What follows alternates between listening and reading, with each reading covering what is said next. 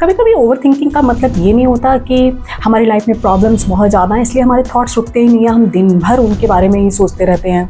कभी कभी मतलब सिर्फ इतना सा हो जाता है कि हम खुद के साथ समय नहीं बिताते हैं।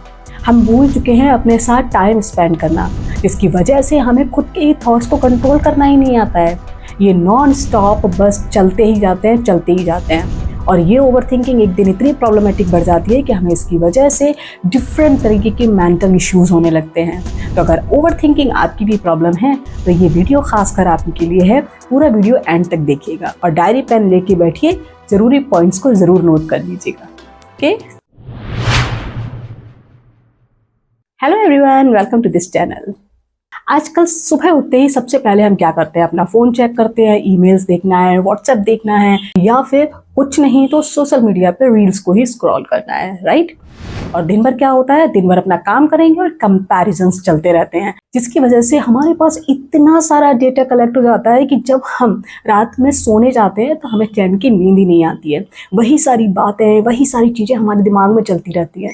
हमने अपने ब्रेन को डस्टबिन बना के बस रख लिया है और सोने चले गए हैं, जबकि सोने से पहले हमें उसकी छटाई करनी बहुत ज़रूरी थी। जो चीज़ें ज़रूरी थी बस उन्हें हमें अपने पास रखना था, बाकी सब को लेट गो करना था। पर ऐसा होता नहीं है। हम इतना सारा कुछ थॉट्स अपने अंदर रखे रहते हैं और उन्हीं के बारे में सोचते रहते हैं, परेशान रहते हैं, और फिर हम कहते हैं कि हमारा तो दिमाग ही ख़राब हो चुका है, हमें शांति क्यों नहीं मिलती। पर सच्चाई पता है क्या है? शांति मिलती नहीं है, शांति बनाई जाती है। और इसका एक ही सबसे स्ट्रॉन्ग तरीका है, वो जब हम अपनी लाइफ को थोड़ा सा स्लो कर देते हैं। सोचिए, हमारा जो वीक डेज है वो तो पूरी तरह से रनिंग है, पर वीकेंड तो हमारा अपना होना चाहिए ना। कम से कम वीकेंड में तो हम अपनी लाइफ को थोड़ा स्लो कर सकते हैं। रोजाना हम लोग वॉक करते हैं, प्राणायाम करते हैं, मेडिटेशन करते हैं, सब कुछ करते हैं, पर वो समय जो होता है वो वीक डेज का, वो हमेशा ना जल्दबाजी का होता है। हम कुछ भी कर रहे होते हैं फिर भी हमारे दिमाग में एक टेंशन चलती ही रहती है कि अरे जल्दी जल्दी करना है। सब कुछ बहुत जल्दबाजी में होता है क्योंकि वर्किंग टाइम शुरू हो रहा होता है। इसलिए बहुत ज़रूरी है कि हम वीक डेज खुद को दें। ना कोई म्यूज़िक, ना कोई दोस्त, ना कोई फैमिली मेम्बर, केवल खुद को समय दीजिए। अगर आप वॉक करने जा रहे हैं तो अकेले जाइए, अकेले पार्क में घूमिए, अकेले थोड़ी देर बैठिए और बस ऑब्जर्व करिए। और अगर कहीं नहीं जाते हो तो एक कमरे में खुद को बंद करिए और सिर्फ ऑब्जर्व करिए। खुद को ऑब्जर्व करिए, अपने हफ्ते भर के रूटीन को ऑब्जर्व करिए। देखिए कहाँ क्या हुआ था, आपने क्या किया था, किसी और ने क्या किया था, आपने क्यों किया था और उसने क्यों किया था। इस सबको ध्यान से एक साक्षी बन के ऑब्जर्व करिए। जानते हैं, हमारी लाइफ की जितनी प्रॉब्लम्स होती है ना, उनके सॉल्यूशंस हमारे अंदर ही छिपे होते हैं। अगर हम शांति से खुद को समय देते हैं, शांति से बैठकर माइंडफुल ब्रीदिंग करते हैं ना, तो हमें आराम से धीरे धीरे अपने हर क्वेश्चन के आंसर मिलने लगते हैं। और यहाँ से शुरू होती है ऑब्जर्वेशन की एक नई दुनिया। जब आप ऑब्जर्व करने लगते हैं तो प्रॉब्लम के सॉल्यूशंस भी आप खुद ढूंढने लगते हैं। और जब ऐसा होने लगता है ना, तो ओवर थिंकिंग जैसा इशू धीरे धीरे करके ख़त्म हो जाता है, क्योंकि सॉल्यूशन आप ही के पास होता है। तो खुद को समय देना स्टार्ट करिए और रात में ग्रेटिट्यूड जर्नलिंग जरूर करिए।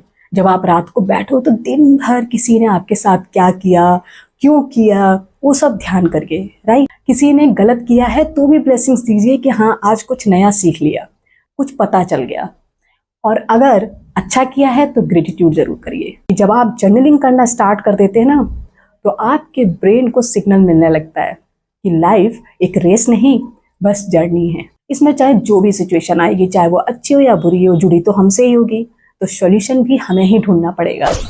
यही स्पिरिचुअलिटी सिखाती है कि आप हर दिन थोड़ा थोड़ा अपने पास वापस लौट आइए। तो याद रखिए, इसका सबसे आसान तरीका होता है ऑब्जर्वेशन। जब आप ऑब्जर्व करना सीख जाते हैं तो मोटिवेशन वहीं से आने लगती है, क्योंकि तब हम भाग नहीं रहे होते हैं, हम कॉन्शियसली लाइफ को जी रहे होते हैं। अब बस आज के बाद एक काम करना है, आप हर दिन बिना डिस्ट्रैक्शन के 10 मिनट खुद को दीजिए। जरूरी नहीं है कि आप आधा घंटे मेडिटेशन करो, आधा घंटे प्राणायाम करो। मॉर्निंग में 10 मिनट खुद को दीजिए, बिना डिस्ट्रैक्शन के। वो 10 मिनट केवल आपके लिए होने चाहिए। और जब शाम को सोने जाए तो पूरे दिन को एक बार ज़रूर रिवाइज करिए, क्या था, क्या नहीं था, क्या हुआ, क्यों हुआ, कैसे हुआ, और ग्रेटिट्यूड जर्नलिंग करिए। धीरे धीरे जब आप ऐसे करने लगोगे तो आपकी प्रॉब्लम के सॉल्यूशंस आपको अपने अंदर से ही मिलने लगेंगे। और वीकेंड पर ज़्यादा से ज़्यादा समय खुद को दीजिए। याद रखिए, हम जिन आंसर्स को बाहर ढूंढ रहे होते हैं वो शांति से हमारे ही अंदर कहीं इंतजार कर रहा होता है। बस ऑब्जर्व तो करना शुरू करिए। ओके, जब आंसर्स आपके पास होंगे तो थॉट्स भी आपके कंट्रोल में होंगे और ओवर थिंकिंग, चैन की नींद।